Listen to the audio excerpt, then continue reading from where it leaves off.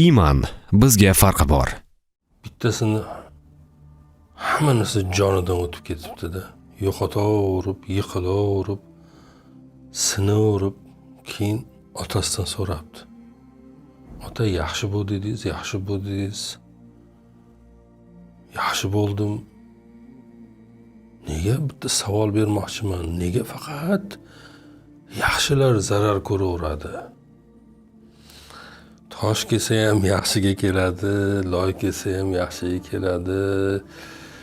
Jar qozilsa ham yaxshiga qoziladi, biri chalib yiqitsa ham yaxshini yiqitadi. Desa otasi qarab tabassum qilibdi. Va debdiki, hech sen masalan bir boqqa kirib borsang, gulni yomonini uzasanmi? Mana xunuk bir gulni uzasanmi yo bir tikonli gulni uzasanmi? Tabiiyki eng chiroylisini uzasan. Odamlar orasida ham shunday. Shu biri bir narsaga qasd qilsa, eng yaxshisini uzib rohatlanaman deb qasd qiladi. Shuning uchun bu dunyoni, bu yolg'on dunyoni nimasi shunday. Har doim eng go'zallar uziladi, kesiladi, sindiriladi, yo'q qilinadi. Eng yaxshilar. Bu adolatsizlik-ku debdi endi o'g'lim. Otasi aytdi, senga bu dunyoni bir aytdimi adolatli deb. Zotan bu dunyo adolatsiz bir dunyo. Amallab yashab, yiqilib, turib, surinib, ustini qoqib, yana davom etib yashaydigan bir joy. Masalan, o'zi hayotingizni eslang. Yoki hayotingizda yoningizda bo'lgan, kuzatgan odamlaringizni eslang. Ularning ichida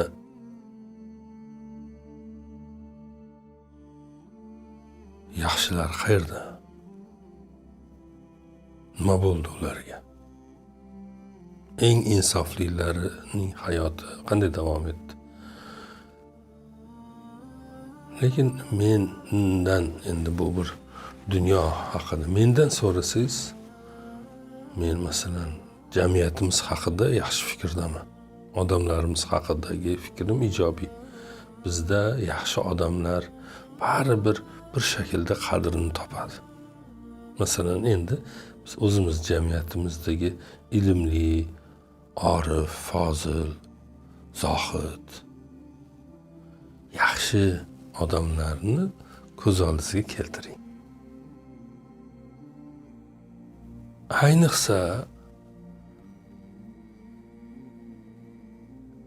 haqiqatda ilm egalari bo'lgan insonlarni ardoqlanganini ko'rasiz. Yaxshi odamlar hammasi ardoqlanyapti deya olmaymiz. Hech qursa odamlarimizda yaxshi odamlarga nisbatan bir ehtirom bor. Ehtirom bor joyda kunlardan bir kuni marhamat ham keladi. Marhamat qilishni ham boshlaydi odamlar, yaxshi odamlarga. Chunki yaxshi odamlar aksariyat holatda juda zaif bo'ladi. O'zini haqini ham talab qilishni bilmasligi mumkin. Sof bo'ladi, yomonlik kutmaydi, tez aldanadi. Ko'p xato ham qilishi mumkin. Soddaligidan, mug'ombirlikni bilmaydi, pismiqlikni bilmaydi.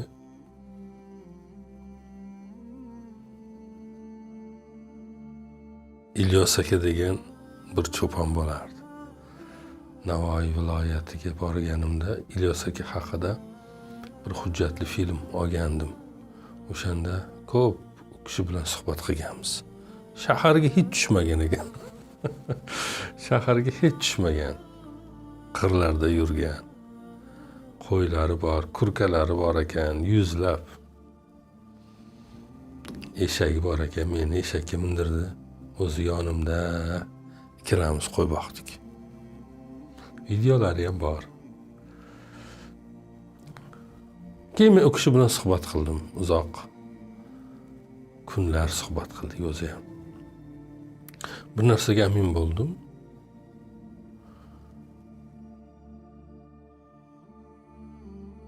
Alloh birini zuvalasini yaxshi joydan qorgan bo'lsa, ya'ni birini yaxshi qilib yaratgan bo'lsa, u qayerda bo'lsa ham yaxshi bo'lib qolaveradi. O'qiydimi, o'qimaydimi, boshqami, yani inson o'laroq tabiati, ya'ni ichidan sof biri, toza biri, javhar biri. Ibnul Arabiyni Fusuhul Hikam degan bir Uzukning ko'zi degan bir kitobi bor. 12-asrda yozilgan. U kitobda inson butun yaratilgan narsalar bir uzuk bo'lsa, butun bu nima uzuk bo'lsa, borliq Alloh yaratgan bir uzuk bo'lsa, inson uning ko'zidir.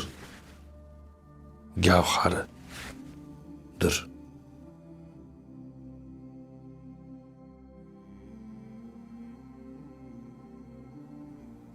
Bu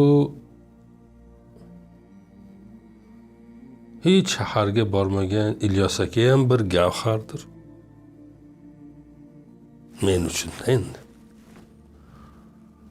Chunki Alloh shunday yaratgan.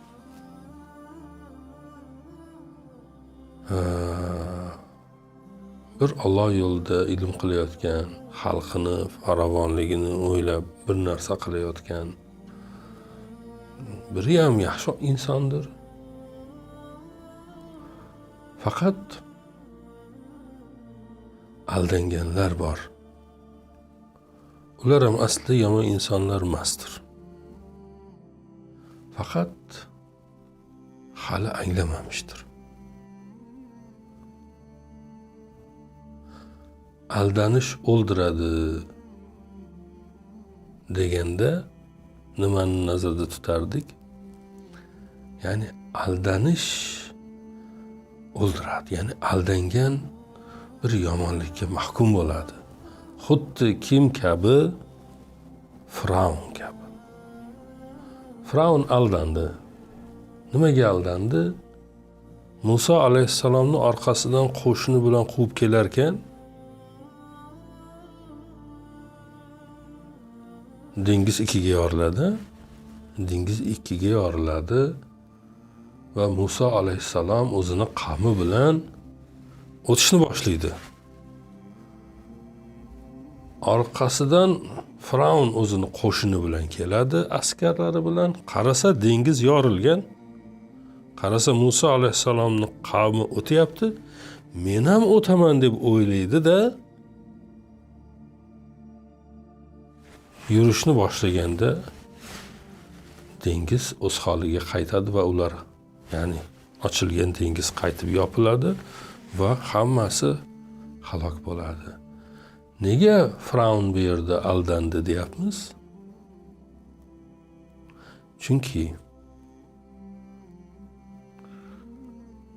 agar Alloh azza va jalla Musa alayhissalomni Allah'ın qo'llaydi, dengizni ochib qo'ygan Musa alayhissalomni suv ustidan yurg'iza olmasmidi? Yurg'iza yuborardi. Agar shunday qilganda edi, Firavun suvni ustidan yurmasdi. Chunki u Firavun suvni ustida yurishga o'rganmagan biri edi. Ammo u tuproqda yurardi. Shuning uchun Alloh suvni ochdi, Musa alayhissalomni tuproqdan yurg'izdi. Firavun ham men ham o'taman dedi. Chunki nega? Chunki yer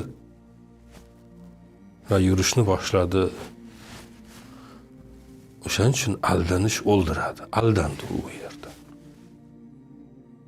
Biz ham hayotda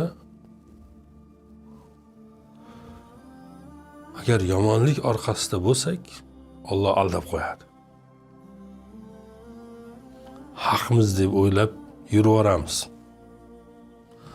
Birovni yoqasini yirtib yuboramiz. Birovni yuziga tarsaki uraveramiz. Haqmiz deb o'ylaymizda, birovga yomonlik ham qilib qo'yaveramiz. Birovni qamatib ham maza qilaveramiz. Haqini yeb ham maza qilaveramiz. Biriga xiyonat qilib ham maza qilaveramiz. Nega? Mana shudir bizni aldanib qolganimiz. u yomonligimiz orqasidan Alloh bizni shunday aldab qo'ydiki, endi biz qilayotgan ishimizdan rohatlanadigan bo'lib qoldik va uni to'g'ri deb o'ylaydigan bo'lib qoldik. Xuddi Fir'avn yorilgan dengizdan qanday haqman deb o'ylagani uchun uni o'ldiraman, albatta o'taman degani uchun yurdi, bo'lmasa yurmasdi. Ana shu yurishi uni aldanishi edi. Bilmadim qanchalik tushunarli gapiryapman. Mana shunaqa. Ha, endi boshidagi nimaga qaytsak, u har narsani yaxshisi nima qilar ekan degan gapni aytdiga, gulni ham yaxshisi uziladi, odamni ham yaxshisi nima bo'ladi. Ammo yana bitta narsani yaxshisi olib qo'yiladi. O'tinni yaxshisi. O'tinni yaxshisi olovga tashlanmaydi. O'tinni, yog'ochni yaxshisi, ya'ni go'zal narsalar yasaladi. O'shaning uchun yaxshisi bo'lish kerak bir kuni jahannamda olovga o'tin bo'lmaslik uchun. Shunaqa omon bo'linglar. Iman, islom moliyasi asosida daromad oling.